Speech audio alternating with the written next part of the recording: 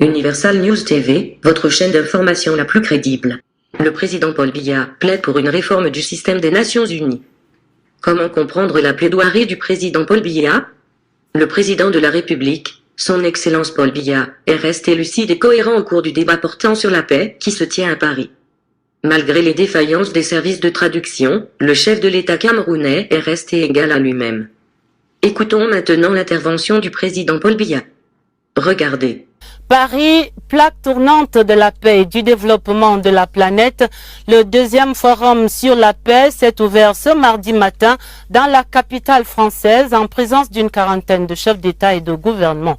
Après cette première phase solennelle, le président de la République, son Excellence Paul Biya, a été invité à prendre la parole au cours d'une discussion en panel. Le chef de l'État a ainsi plaidé pour la réforme du système des Nations Unies et annoncé des avancées pour la paix dans le nord-ouest et le sud-ouest à travers le futur statut spécial préconisé pour ces deux régions. Yves-Marc Modzo, l'envoyé spécial à Paris. La grande coalition de Paris pour la paix se met en mouvement. Aujourd'hui est le grand jour, jour d'ouverture du deuxième forum de Paris pour la paix. Une initiative du président de la République française Emmanuel Macron qui a eu la bonne idée d'associer un certain nombre de ses pairs, une trentaine en tout.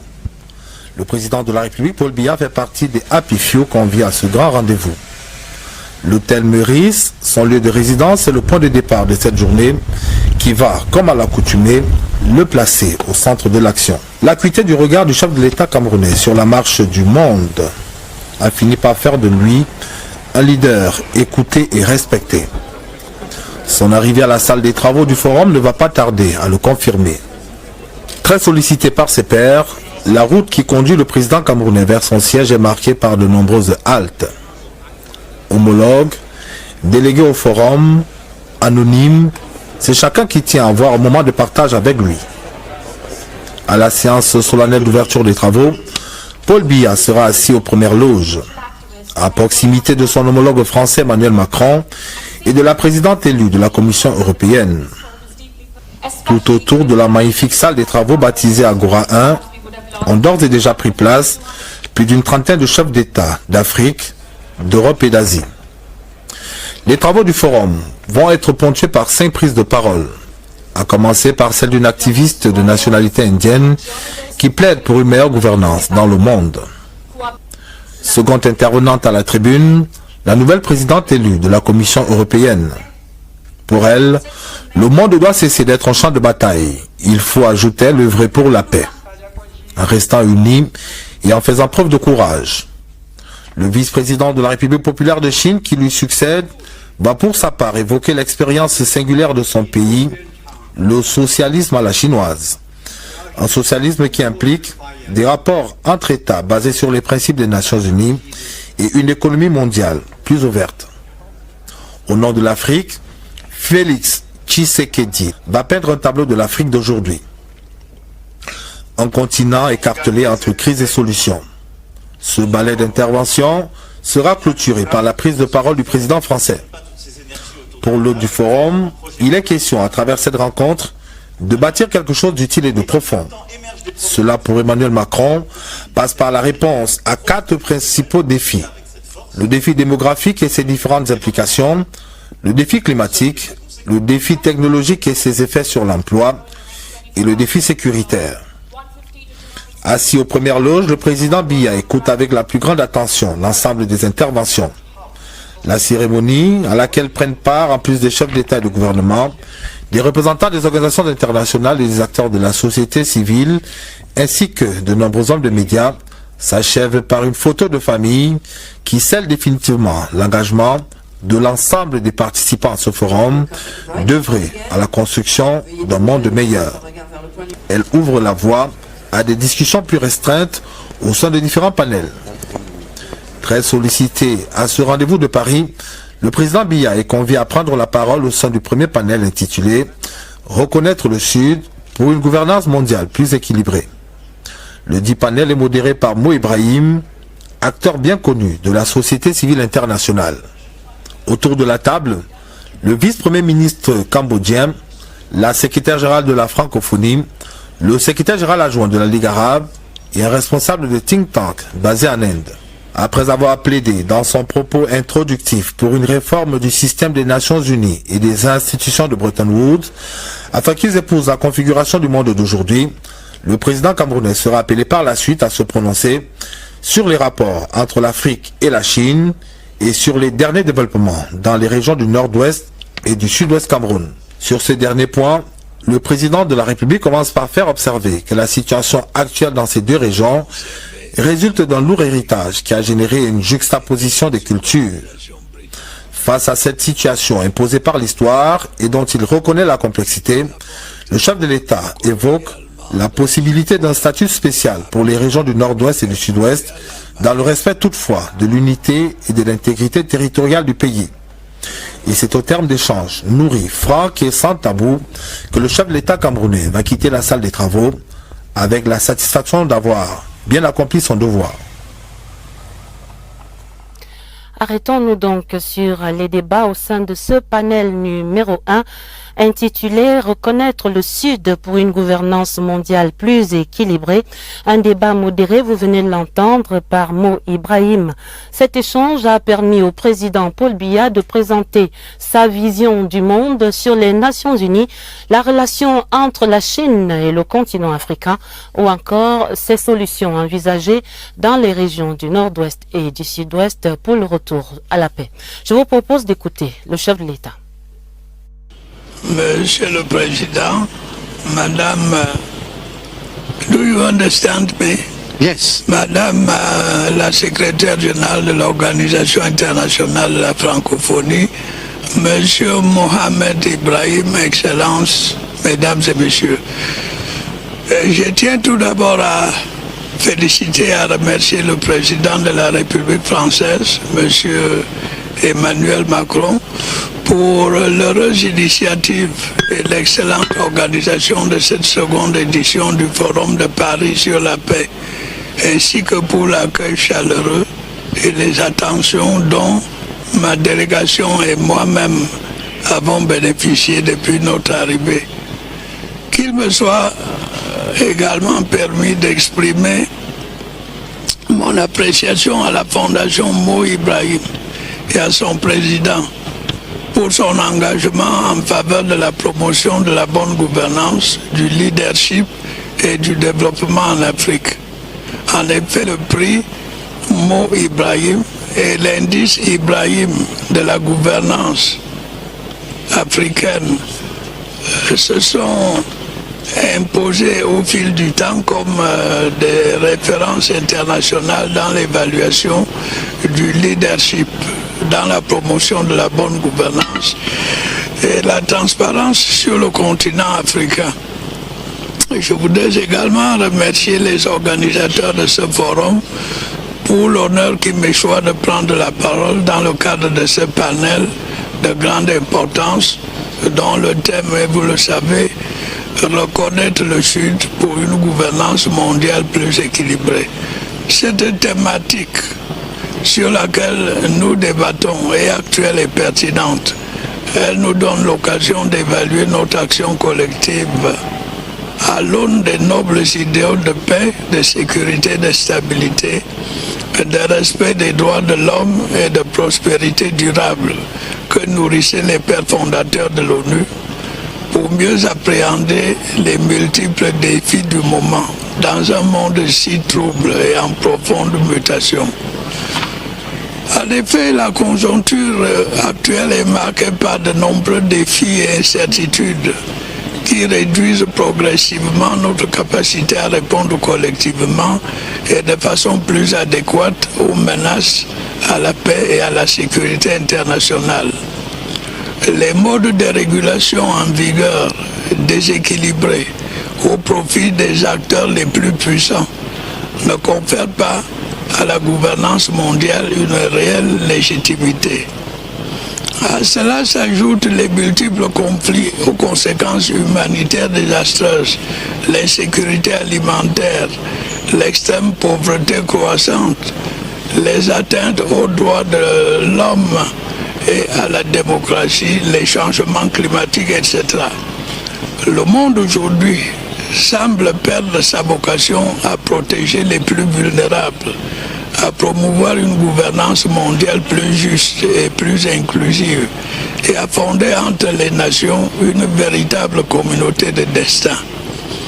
En outre, la montée en puissance du populisme et de l'unilatéralisme, couplée à un pessimisme grandissant relativement à la capacité des Nations Unies à apporter des réponses adéquates aux problèmes des populations et aux crises aiguës qui menacent la planète, font douter de la pertinence de cette organisation dans un monde en proie de nombreux bouleversements.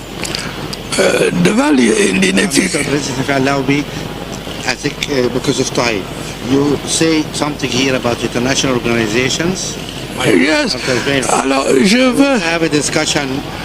Oui, alors pour les organisations internationales, j'ai quelques idées. Nous pensons qu'on doit poursuivre la réforme du Conseil de sécurité et porter le nombre à 26, dont 2 États avec voix de veto, 2 États permanents.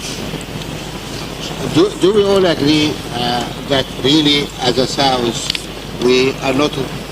We don't have a problem between, in the north of the country, English-speaking, and the French-speaking part of the country, and they have been fighting. L'histoire de mon pays, Monsieur le Président, est compliquée. Nous avons été d'abord colonie allemande, ensuite, après la Première Guerre mondiale, l'Allemagne a perdu ses colonies et celles-ci ont été partagées entre la Grande-Bretagne et la France. Et mon pays a été divisé. Une partie était sous colonisation britannique, l'autre sous colonisation française. Il en est résulté une juxtaposition de culture et de civilisation qui rendent les choses assez délicates. On a tout fait pour mettre à égalité les deux langues, les langues anglaise et française, mais les mentalités, le système scolaire, le système de la magistrature sont différents. Nous avons donc eu des conflits qu'on est en train de résoudre en ce moment pour conserver à la partie de mon pays qui était sous colonisation britannique un statut spécifique, mais il reste dans l'unité de la nation. C'est ça le problème que nous avons à résoudre. On avait la possibilité de les intégrer directement dans le système francophone, qui était celui de la majorité du peuple, 80%. Mais je crois que les pays sont soucieux aujourd'hui d'affirmer leur identité. Et c'est pour ça que nous mettons sur pied un statut spécial qui reconnaît la spécificité de la zone anglophone, mais elle reste dans l'intégrité territoriale du Cameroun. Ça donne beaucoup de problèmes. Je voulais simplement ajouter que cette volonté de réforme qui a surgi dans la communauté internationale concernant le Conseil de sécurité, nous voulons la voir agir aussi dans les institutions de Bretton Woods, c'est-à-dire le Fonds monétaire, la Banque mondiale, parce que ces institutions ont été créées à la fin de la Deuxième Guerre mondiale. Le monde a changé depuis.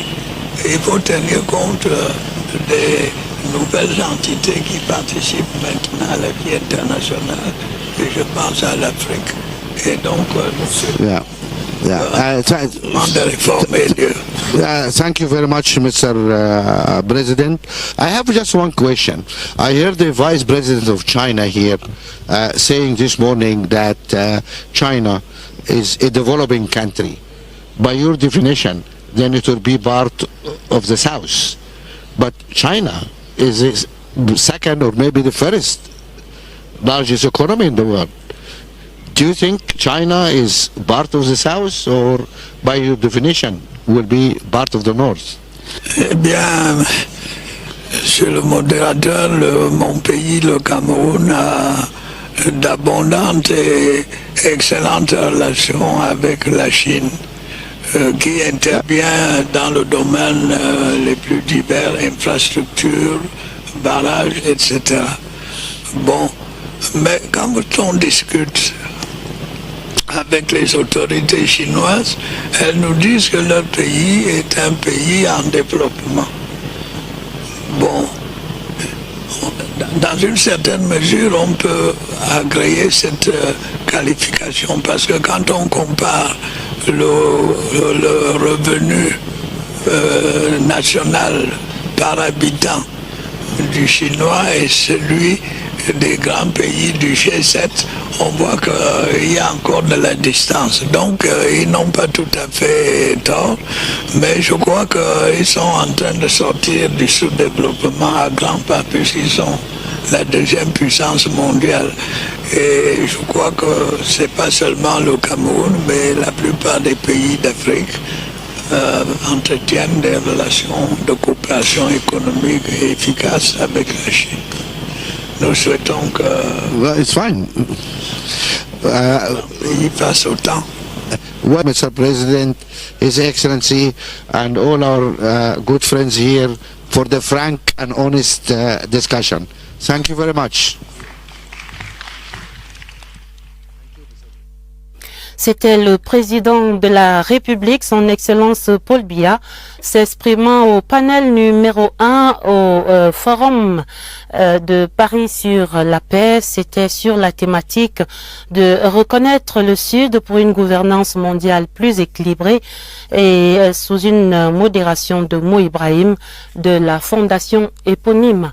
La première dame camerounaise, Madame Chantal Biya, de son côté, prend une part très active à ces manifestations organisées en marge du deuxième forum de Paris sur la paix.